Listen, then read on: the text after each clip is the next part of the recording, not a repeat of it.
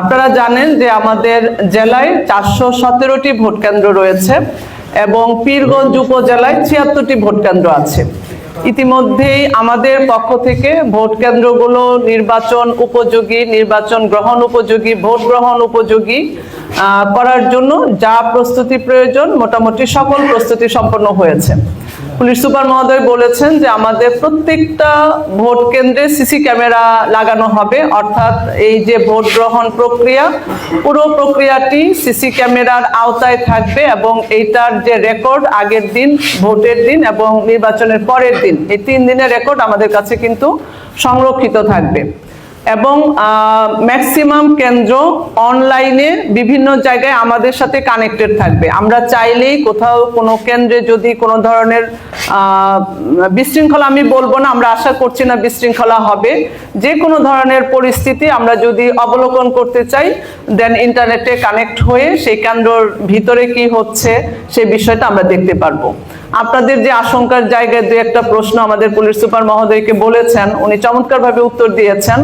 আমি মনে করি যে আইন শৃঙ্খলা পরিস্থিতি নিয়ে এবার যেই ধরনের প্ল্যান করা হয়েছে যে কোথাও কোনো ধরনের দুষ্কৃতিকারী বা দুষ্কর্ম করার জন্য যদি প্ল্যান করে সেই মুহূর্তেই আমাদের আসলে জেনে ফেলার কথা, কারণ সেভাবেই প্ল্যান করা হয়েছে।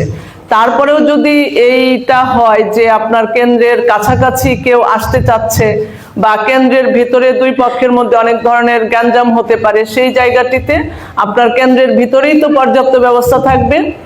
সেই ভিতরের ব্যবস্থা যদি আপনার জন্য সাফিসিয়েন্ট না হয়, পুলিশ সুপার মহোদয় বলেছেন যে ম্যাক্সিমাম 5 মিনিট, আমি মনে করি যে 5 মিনিটও লাগবে না, কারণ এত আইন শৃঙ্খলা বাহিনীর টহল টিম আপনার কেন্দ্রের আশেপাশে থাকবে যে 2 থেকে 2.5 মিনিট ম্যাক্সিমাম লাগবে আপনি যদি কাউকে কল করেন।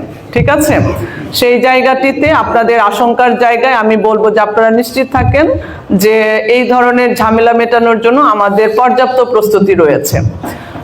প্রচুর ম্যাজিস্ট্রেট থাকবে আইন শৃঙ্খলা বাহিনীর সঙ্গে, আর আপনাদের যত প্রস্তুতি, আপনাদের অন্যান্য যে প্রস্তুতি, সেই পর্যাপ্ত বাজেট আমরা পেয়েছি আপনাদেরকে কেন্দ্র পরিচালনার জন্য।